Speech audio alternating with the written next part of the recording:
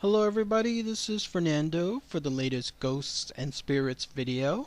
Thank you again for your continued suggestions. I am so happy to see that this whole new series got off to a great start. Lots of great comments from you, lots of great praise. Thank you so much again. I'm happy to see that this is going to be the third major series in my YouTube channel after the Cryptids and Monsters and Urban Legends. And this one here, this video, this will be the last one then for this go around. And like those other two, I'll just give it a rest for a couple of weeks and then come back to it and do a whole new set of videos based on your suggestions. So be on the lookout for that soon.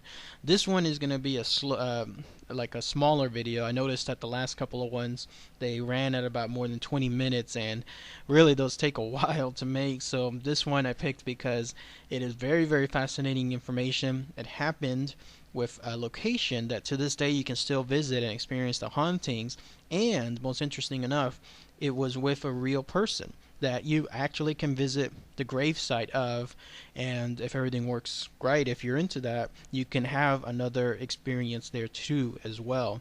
So this one is a little bit shorter than the rest, but still great stuff to talk about.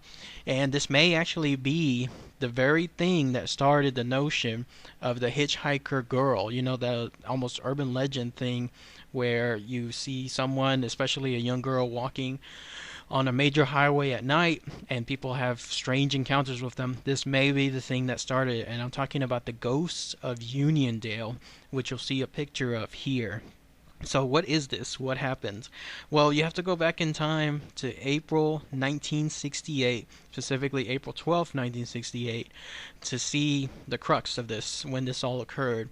And what had happened was there was a young couple, a lady by the name of Maria Roche, or Rose, R-O-U-X, I hope I'm saying that right, and her fiance, G.M. Pretorius. You're looking at a picture of Maria. That's what makes it, again, for starters, so fascinating, is that that's her. That's the real deal. That is her picture. And what had happened was they were a young couple. They were driving away from Uniondale, which is a small town there in South Africa, located about 20 miles away. And what had happened was, as they were driving down that highway 20 miles away, there was an accident. This guy, G.M. Pretorius, he lost control of his car. The car that they were in was a Volkswagen Beetle, which, if you can imagine, is a tiny car. It's not really suited, of course, for anything involving major accidents. He lost control of the vehicle. Maria, unfortunately, was not secured. She was actually sleeping in the back of her car. So that makes things even worse, far more tragic, because once this car started to do the thing like you see in movies where it rolls over and over again, she died either instantly or very quickly afterward. I don't know if it was something where she was also thrown from the car or suffered like crippling damage with the car going over her. I don't know. But what had happened was them being at a location so far away from anything else, 20 miles away, in other words, from the nearest civilization, the wreck that happened that night, nobody came to their aid. And in fact, it was only until the next morning that a local farmer noticed the wreck. And when he came out and he tried to see what had happened, he found that the guy, G.M. Pretorius, was alive. He was injured, but he was alive. But unfortunately, the woman, Maria, she was dead. So again, we don't know if she died instantly with the crash or if she died later on that night. But that's the whole thing that started this. Very tragic, very unfortunate. So this is what happened afterward. Cut to a couple years later, 1976, and that's when people that drove near and around that area started to see a strange thing. They saw a woman in white traveling alongside the road near that accident. And being a woman or a young girl, people are more prone to try to help a young girl traveling, let's say, alone alongside the road, as opposed to trying to help like an old, disheveled, homeless-looking man. And this is what people would say would occur. They would pick her up. She would either, I guess, talk to them or she would remain silent. But they would pick her up. They would try to take her where her destination was. Either she told them or maybe she gave a note or a map or whatever. And as they would do so, that's when they got nearer to the location, then she would disappear. Isn't that pretty much the same thing like the Hitchhiker Girl urban legend? The stuff that it seems like that this is it. Like this is actually what started that notion.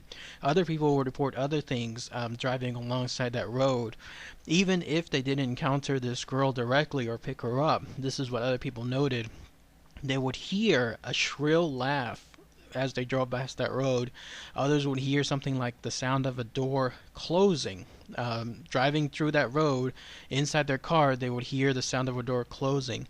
Others would also feel an icy chill inside of their car. It could be that thing where you're driving, you have the heater on, you know that it's not supposed to be cold, and then all of a sudden you feel this unusual change in temperature. That notion where something is there with you and it's making its presence known through a very cold chill. So that's what people would report.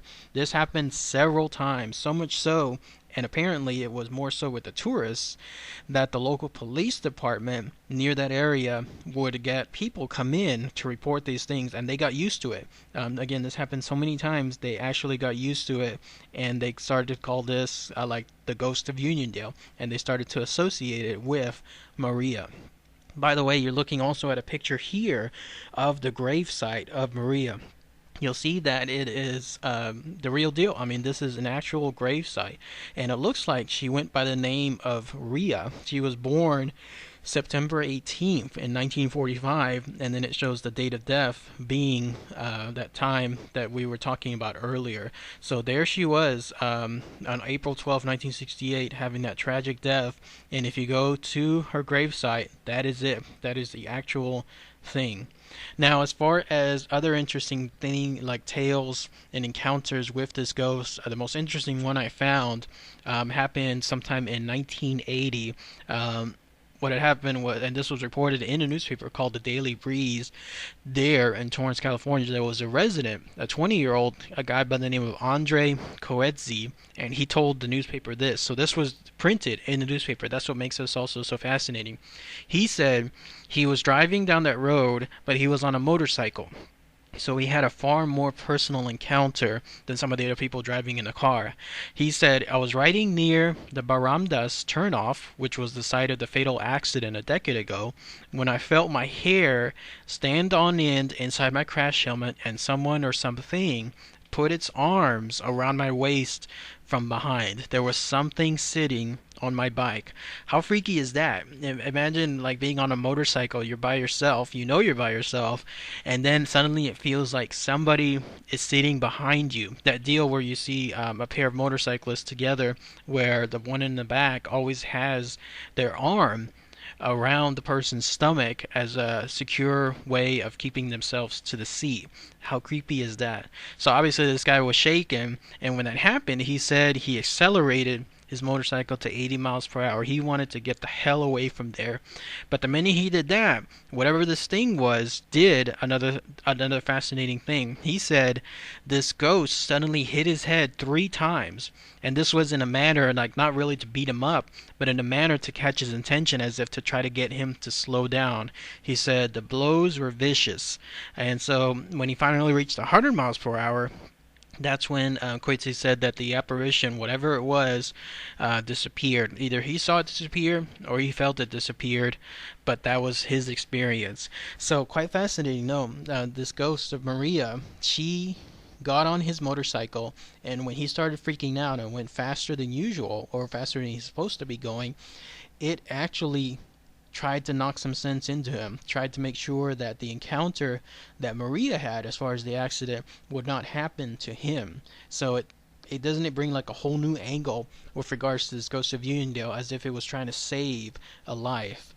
This guy Coetzee, in fact, visited a local cafe shortly after that incident, and when the people there realized what was happening, they knew that yet again this woman ghost had appeared once more in front of someone else. So they knew the whole story, and then that's when they immediately associated it to the Ghost of Uniondale, to Maria.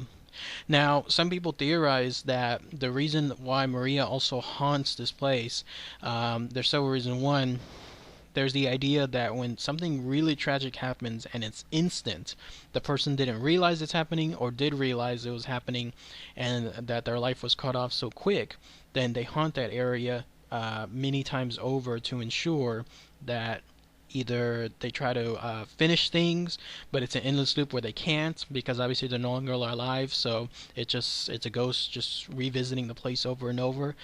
But some of the people say that the reason why Maria visits that place even to this day is because of what her fiance did.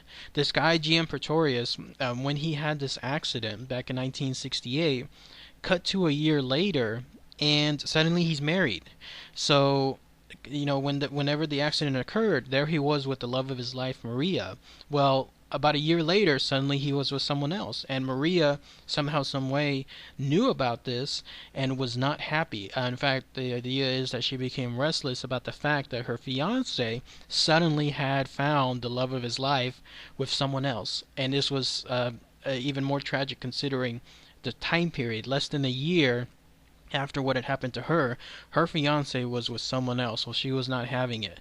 So that's why she apparently haunted that area and continues to haunt it to this day, because she wanted to make her presence known and make sure that whatever occurred to her, he was going to be aware of it for however long is needed. Some people have said actually that when this guy, GM Pretorius, later died, ironically, in another car accident in 1984, that's when she stopped appearing. But at the same time, people still report encounters with this Ghost of Uniondale to this day. By the way, think of it, this guy Pretorius, I mean, if he had this accident in 1968, which caused the death of her, that's once. I mean, it's an accident. It could happen to anybody. But the fact that he had yet another major accident a couple decades later, 1984, and this time again it was so severe that he himself died, that makes me think that the first time that it happened in 1968, he was reckless all along. Like, this was a guy, this was not an accident just for accident's sake. Like, this was something where either this guy was speeding or reckless, weaving in and out, but for whatever reason, his recklessness ended up causing the poor death of this woman, Maria, and essentially sparked this Ghost of Uniondale. Crazy stuff, very tragic when you think about it. Yeah, does anyone have any more stories tied to this particular ghost? Very fascinating. Short information again, but still something that I'm glad I'm able to share with everybody here. If anyone knows anybody that's there from that area in Uniondale, I mean, there's got to be locals there that have who knows how many tales that they can recount of encounters with this thing, then please, post those comments, share them below. Hopefully something soon, like something more recent than the last one that I was able to find. So, alright everybody, thanks again as always. Take care. Bye.